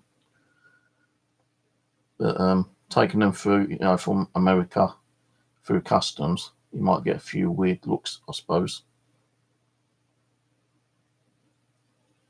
Even if I had to pay for the postage, depending on the cost of the postage, I don't care if it's like, slow mail. And it takes like 2 months to get here, 3 months. He's a creepy kind of doll when he says, "Oh, I found one. Do you want this one?" And I say, "Yeah." Ship it the cheapest way. And then I pay him the postage. Do some ghost box sessions on that, Now, if I found a creepy doll outside, I'd definitely bring it home. An old doll, in an old house. But there ain't no old houses around here.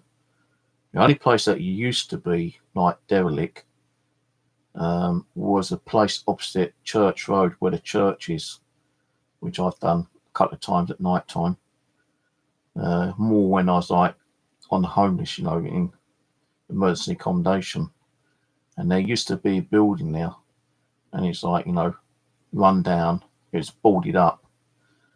But when I went past there a few months ago, when I got my bike, I noticed it had been ripped down, and a new housing estate's been built there. Oh, fuck it, man. Fuck. I'd love to have gone there and creeped in there one day and, like, you know, had a look around.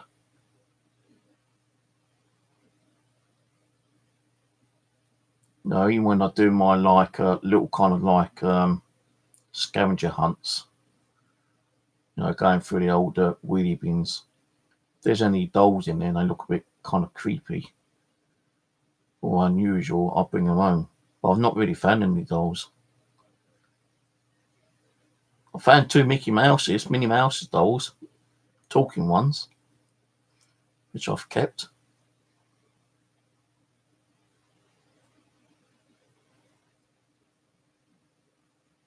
Got an old radio transistor, big one, which a guy gave me.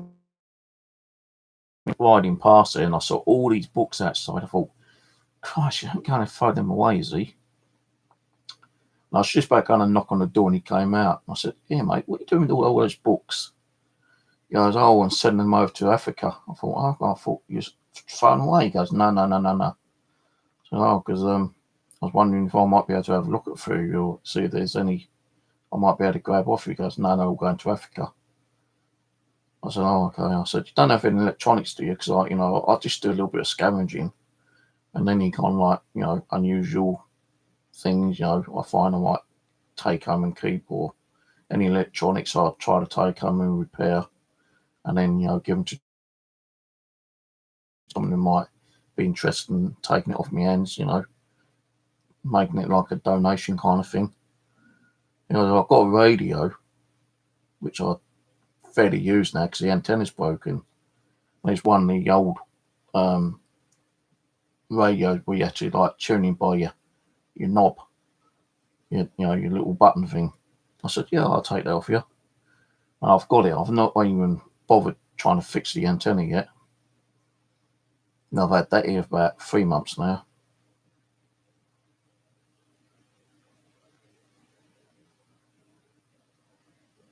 I want to try to find some of these digital radio tuners,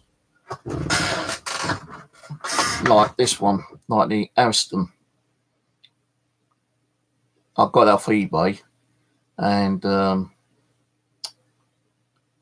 Mark Colston actually had one, and he hacked it into a ghost box, and he told me how to do it. So I kept looking around on eBay. This is going, you know, 2 or 3 years ago. I kept looking around on eBay, and I found one, and he told me how to hack it, and I hacked it, and I've got that tuned in as a ghost box now. But it's very rarely I use it, because one it's come off, so I need to replace the switch. And the problem is I've got to keep putting the cable at the back to plug it into the amplifier. But I've used it a couple of times. I've done like a little demonstration.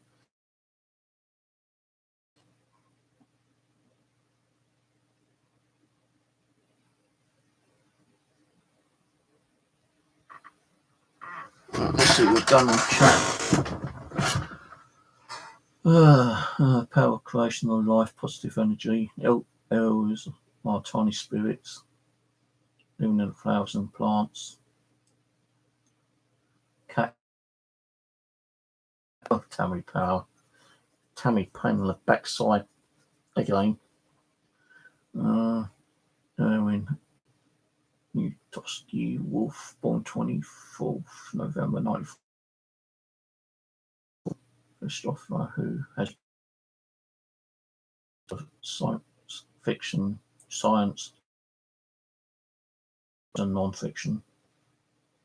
He writes 2 books, special interest in paranormal community, occultism, and magic.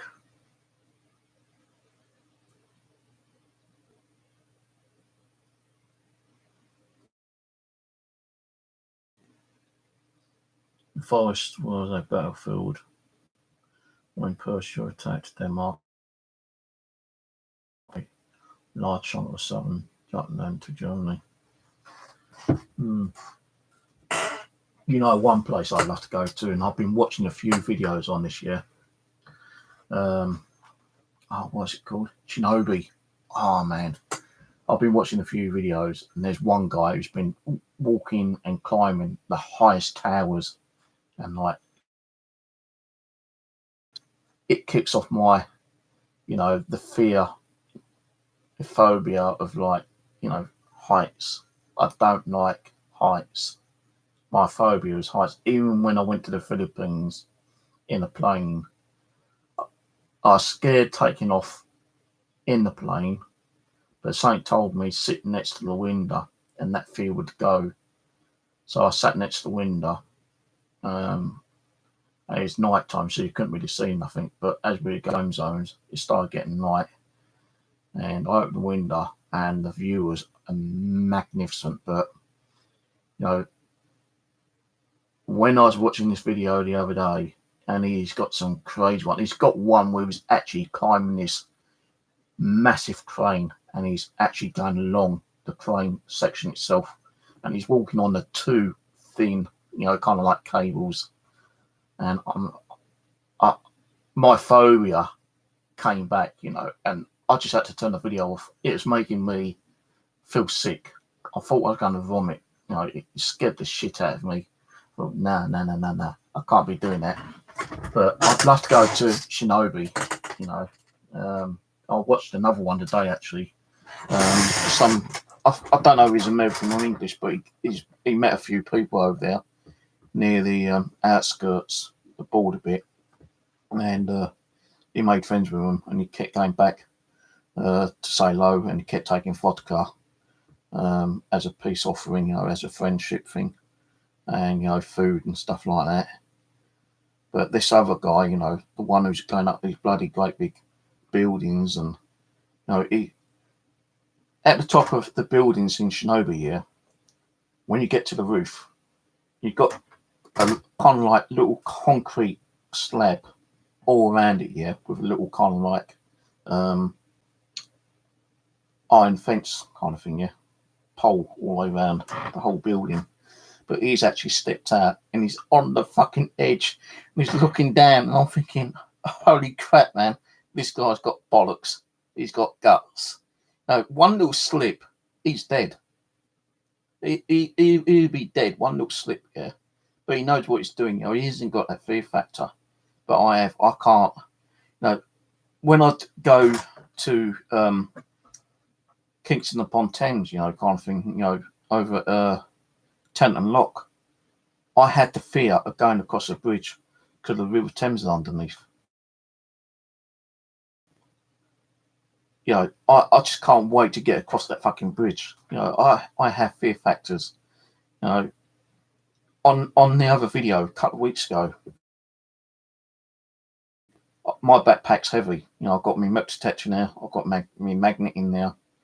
I've got food and drink. I've got my pinpoint, and my bag's heavy. If that bridge collapses, there's two ways I'm going to die. One, by drowning, because my backpack will be so heavy it's going to drag me under. Two, the current is going to drag me under. I could end up in a drink, manage to get my backpack off quickly. I might start floating for a few minutes, but a great big part of the bridge, the concrete thing, might fall and smack me one and kill me that way. I just don't like going across bridges with water underneath. Seriously, I don't. And I don't like heights. Now, even when I'm looking out over my balcony, sometimes I'll get that slight dizziness.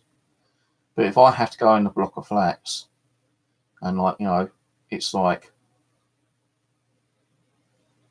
5 or 10 stories high, I can't go to the window and look out. It feels like, something's going to push me out the window. I'm going to, fall and die. That's the kind of fears I get. And I know we all have like that phobia, phobia kind of thing, phobiability, whatever you call it. That's my phobia. Heights and crossing bridges with water underneath. I can't swim. I might be able to do a doggy paddle for 5 seconds, but that'd be it. No, even when I'm on the edge of like the River Thames. I don't like to be on the very, very edge of the actual platform. I've got to make sure I'm stepping back a little bit, you know. And there was one time over at Tenton Lock where me and Alan was doing it. I kind of like a little dip, and I thought if I slip, I'm my spare rope out, tie it to a tree, and I had to like gently, like kind of like ease myself down, which I had to do because otherwise, if I kind of walked down, I'd have slid all the way down on my backside, and I would have ended up in that Thames. I would have drowned.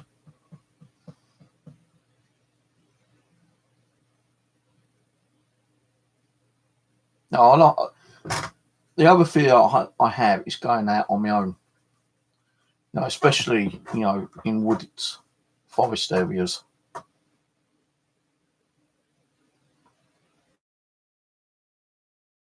Being in woods at night time, unless I'm with someone. If I'm with one or two people, then it's bad. No, we've got flashlights and stuff. But if you said to me, right, I'll give you £100 now if you're going to the common with a flashlight and stay there for an hour, I don't think I'd do it.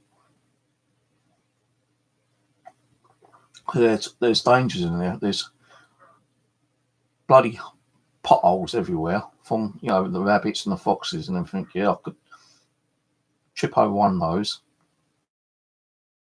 A branch could fall on me, broken branch. People do go over there and like spend nights over there fishing. Someone might come up to me and attack me and rob me and beat me up and kill me. Spirit might come and attack me or possess me. There's so many dangers that could happen to one person on their own. Now, if you've got someone with you, then the dangers is a lot less likely. And if something does happen, like you trip over in a pothole and you break your leg, at least that other person's there to contact the emergency services. If you trip over and like break your leg and knock yourself out, you're not going to be found till the like internal bleeding. You'll be dead before anyone finds you anyway. Then you'll be a part of the spirit, activity that may be over there in those locations, and be a part of the common itself. Because your soul and your spirit, your body.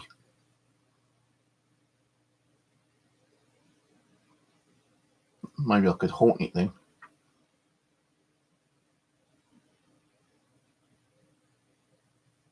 So I'm talking shit now, aren't I? That's what I mean. I just don't know if I want to do my channel anymore. Not so much not do the channel, but do these coffee time ones, because sometimes I'm talking sensible, and then sometimes I'm talking shit. And I don't want to be doing that. Makes me look like a fucking idiot. But what's he talking this shit about? What's wrong with this guy?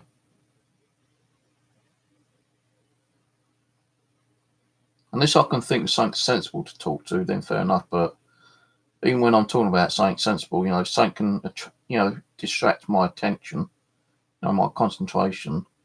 I forget what I'm talking about, and I start talking shit. I know we all do it. It's part of life. But I don't want to be doing that on my channel, I don't want the drama. I don't want the hate. I don't want the bullshit. I don't want to be talking shit. That's all I seem to be doing is talking shit half the fucking time, Well, that's nature, Steve. We all talk shit. Yeah, I know, but I don't want to be doing that,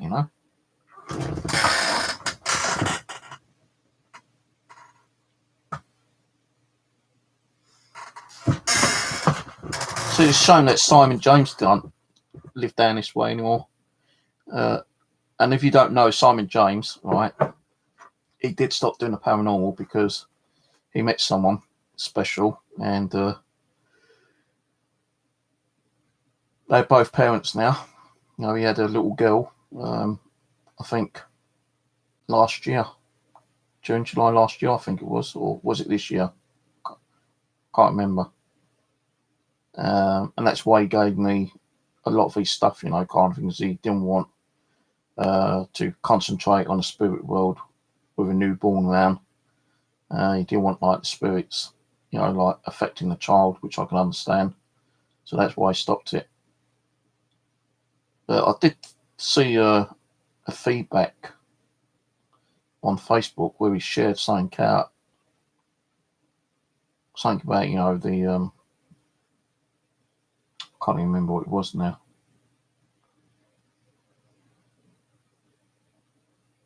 Some kind of spiritual thing. But you know, he's not interested in ghost hunting. But he did say if he ever was down this area at any time and he wanted to meet up, then he would do, you know, a ghost hunt with me again. Aaron, well, since he had that near-death experience, I think he's lost interest in it because, like, one, I don't think he's got a car. Two, I think the last job he left because the last job he was going to be like a traffic warden, and they was going to like post him around his area, and he wouldn't have been too keen of a person to all his friends if he was issuing traffic tickets for you know, like invalid parking and, you know, all that kind of stuff. So he stopped that. Then I think he had his like near death thing. Then he was put on like disability for quite a while. He weren't allowed to drive his car or anything. But I don't know if he's allowed to drive now, for one. And two, he doesn't like travelling around too much because of that situation he had. Can't afford to come away up here, to be honest with you. And I think he has actually lost interest in, you know, doing ghost hunting. Doing it is if, like, you know, someone contacted me, Randy, and said, like, you know, got a really haunted active house here. You know, we need someone around to investigate it. Then maybe I could get, you know, him up here to do it then. But I don't think he wants to travel, to be honest with you. I mean, if I go down there, you know, on Boxing Day, if I ask my sister, I can go down there for a couple of days. And if she okays it, and I say, you know, take some electrical device with me, you know, the K2 meter ghost box, EVP recorder, some flashlights and stuff like that. And I say to him, you know, come on, let's go out and do a ghost hunt. I don't think he'd even want to bother then. My other nephew, Warren, might do. And maybe my other nephew, Simon, might do. So it's possibly 2 out of 3 might do it. Might get all 3 interested in doing the old Jordan's Wood fields where we done that, you know, about a dozen times. We did Jordan's Wood mental hospital fields. We had that as like our secret location for 12 sessions. And then on the 12th one, I think it was, I gave out the, you know, location, told people where we were. And I said, you know, any investigators around this area need to come over and do it. You know, this is where we were. I don't think anyone else done it. I know a few people have been over to, like, Dartford Heath. We even tried Dartford Heath and we got fuck all over there. And Dartford Heath is supposed to have quite a lot of history. You know, with the Civil War and even World War II. You know, you had the military doing removals over there. You know, the old Germans coming over and bombing them. So there is a lot of history over there, but I don't think no one else has done it, to be honest with you. I think I'm the only one who's done any kind of like paranormal on Jordan's Wood. Let me have a look.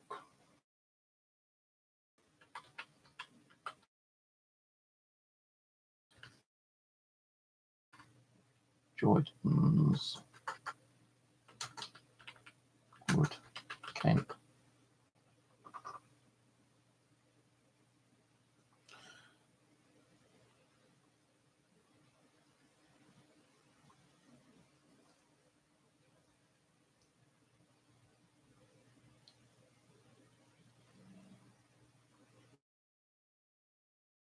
Yeah.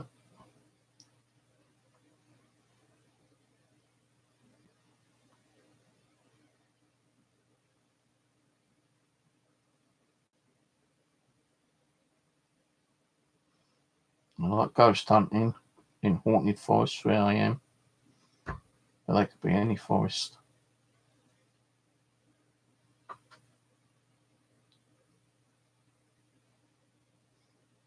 Mental asylum in Kent, ghost hunting. That's a proper mental asylum.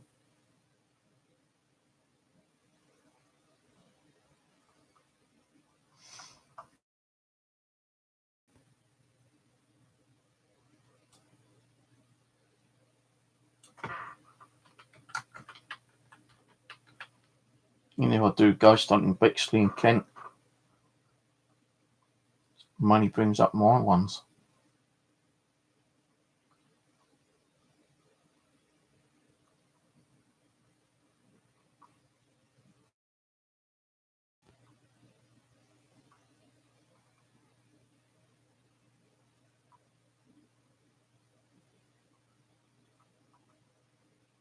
Yeah.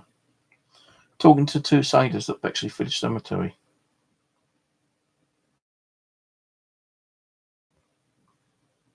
It's my one.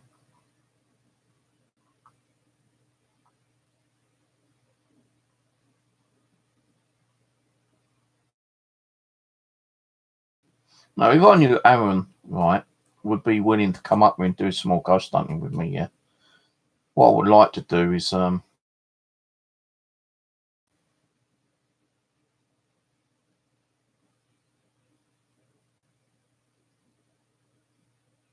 what I'd like to do is put some of my little flyers I made 4 years ago, 5 years ago,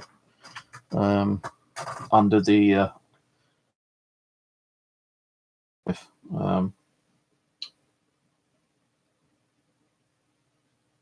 can't remember what it used to be called. I've got something in here somewhere, I think. I had a website up about it one time, but I couldn't afford the website anymore, so I had to close it down. Unwanted Souls. That's a website I had. Because when I had the money, I had the website up, and I've got some, like, they're not, some people class them business cards, but I call them hobby cards. I've got some of those done. I've got my flyer done at the back. So yeah, the flyer, the hobby cards, and little kind of like flyers, posters kind of thing, yeah.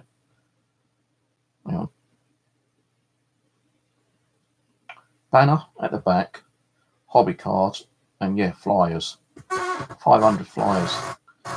And what I was planning to do is like put them around the houses, around boxes, and see if I get any responses. Because like, you know, say, so if is anyone who's had kind of any weird experiences, they might be able to contact me, you know, kind of thing. Go and do an investigation. But with Aaron, he'd probably complain that he's too far to come. He ain't got the money. No, he's not well. All this kind of shit, you know, like he's been saying. You know, I can't really do it. You know, I could do it on my own, I suppose. I know other people have done house investigations on their own, but you know, as I say, any time investigation you got to be careful. If you know, you do need a second person at least to do it. And I don't have anyone around here who would do it with me.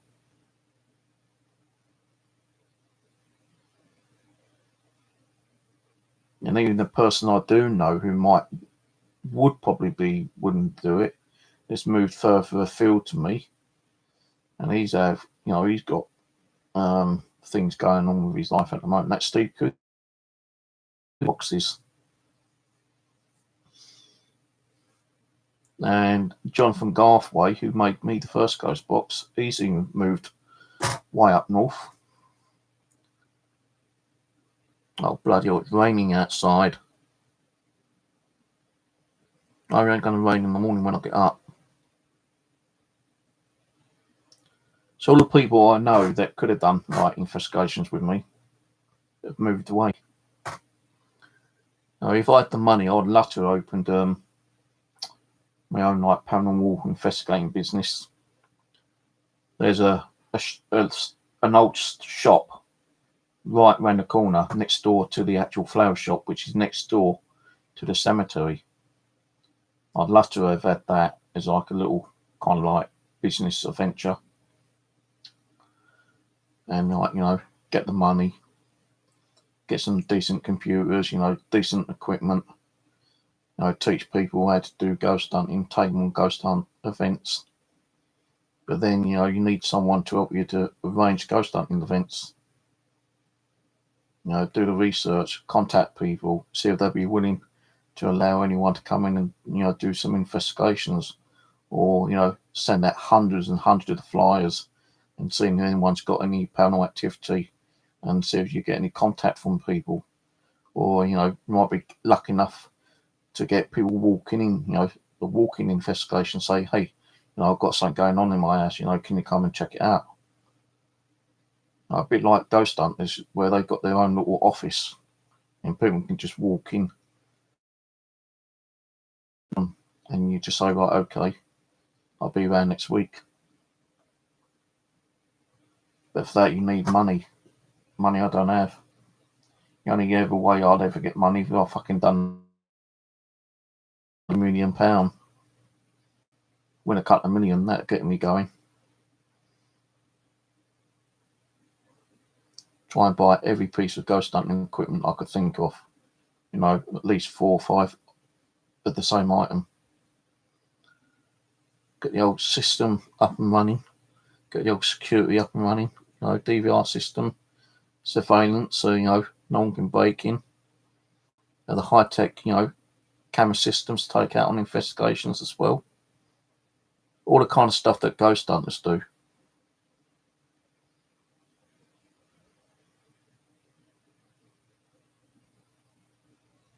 Because when I was on Prospects, I think it was about 5-6 years ago, yeah, they said to me, what is your main interest? And when I told them ghost hunting, they was kind of like, well, you know, and they said, yeah, but what do you want to do with your life? And I said, well, we've had the money, I'd like to start a ghost hunting business up. And my advisor did try to see if there's any way of like finding a way of like getting funding or going on any kind of like course to learn more about paranormal and how to open like a ghost hunting business. But he failed, and he couldn't find no way of getting me into like a little business. And I think most of the people out there who does like ghost hunting events and stuff, they got money behind them. That's how they do all the advertising, you know, because they've got money to do it. And once they start getting people interested, you know, in it, word gets around. And that's how they get, you know, people going to them. I even wanted to do one of those, like, you know, around the old London, town London, Jack the Ripper, and all that kind of stuff, yeah. But, you know, to go on one of them would have cost me a bloody lot of money, which I didn't have.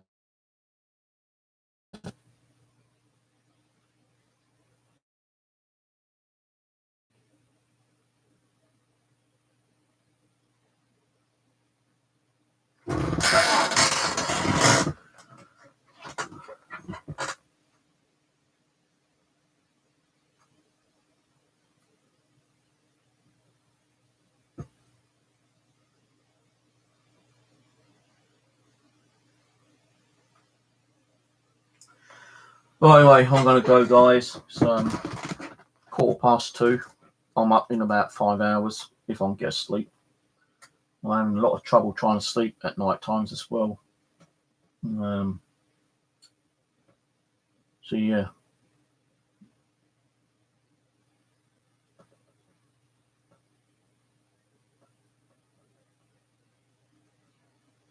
Yeah, I know what I mean by that common, you know, fake psychics and shit like that, you know. Oh, ring this number and I'll give you a tarot card reading.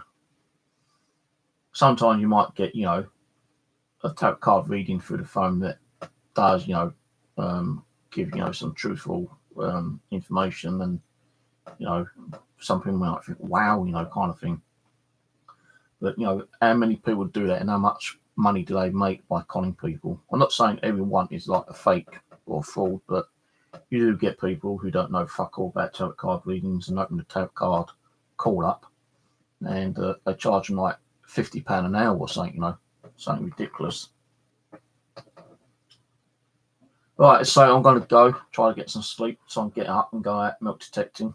Let's say I might concentrate and think about doing some, like you said, Ulrich, find something interesting, try an EVP and Ghost Box, or K2 meter on it, use it as a, I don't know, a spiritual item or a trigger object.